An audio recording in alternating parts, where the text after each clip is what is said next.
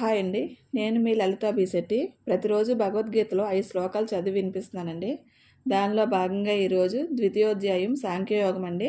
దానిలో 46వ శ్లోకం నుండి 50వ శ్లోకం వరకు మీనింగ్స్తో సహా చదివి వినిపిస్తానండి. 46వ శ్లోకం. యావానర్థవుదపానే సర్వత సంప్లుతోదకే తావాన్ సర్వేషు వేదేషు బ్రాహ్మణస్య విజానతః. మళ్ళీ చదువుతున్నానండి. యావానర్థవుదపానే సర్వత సంప్లుతోదకే తావాన్ సర్వేషు వేదేషు బ్రాహ్మణస్య విజానతః.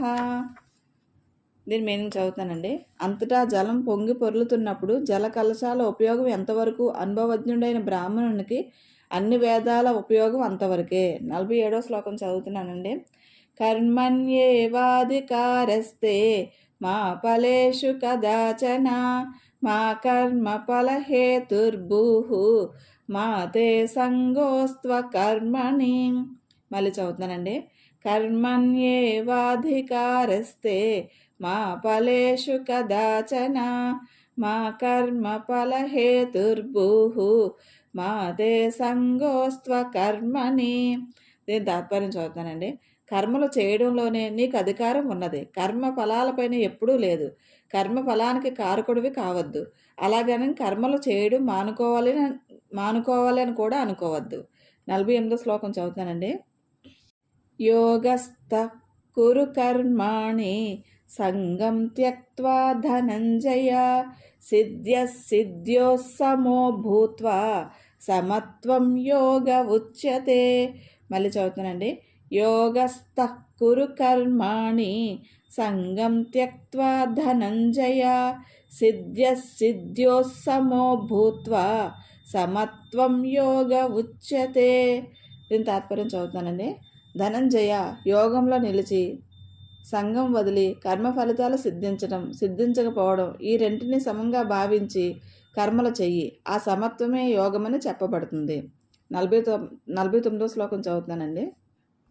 దూరేణ హ్యవరం కర్మ బుద్ధియోగాత్ ధనంజయ బుద్ధౌ శరణమన్విచ్చ కృపణ ఫలహేతవః.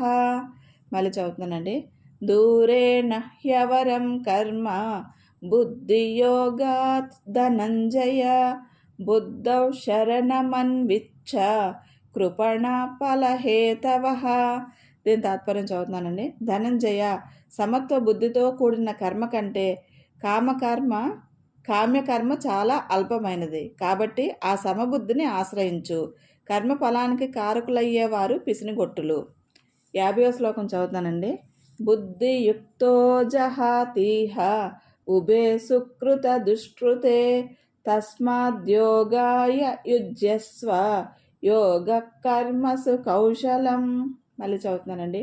బుద్ధియుక్తో జహాతీహ ఉభే సుకృత దుష్కృతే తస్మాద్యోగాయ యుజ్యస్వ యోగ కర్మసు కౌశలం.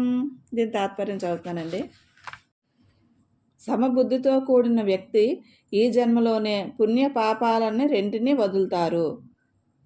అందుచేత నీవు యోగం కోసం ప్రయత్నించు. యోగం అంటే కర్మలలో కౌశలమే. థ్యాంక్స్ ఫర్ లిజనింగ్ అండి. రేపటి ఎపిసోడ్లో 51వ శ్లోకం నుండి 55వ శ్లోకం వరకు చదివి వినిపిస్తానండి. ప్రతిరోజు వీడియోస్లో 5 శ్లోకాలు చదివి వినిపిస్తానండి. అలాగే షార్ట్స్లో డైలీ ఒక శ్లోకం పెడుతున్నాను. మీకు ఇంట్రెస్ట్ ఉంటే అది కూడా ఫాలోఅప్ చేయండి. నేర్చుకోవడానికి ఈజీగా ఉంటుందని చెప్తున్నానండి.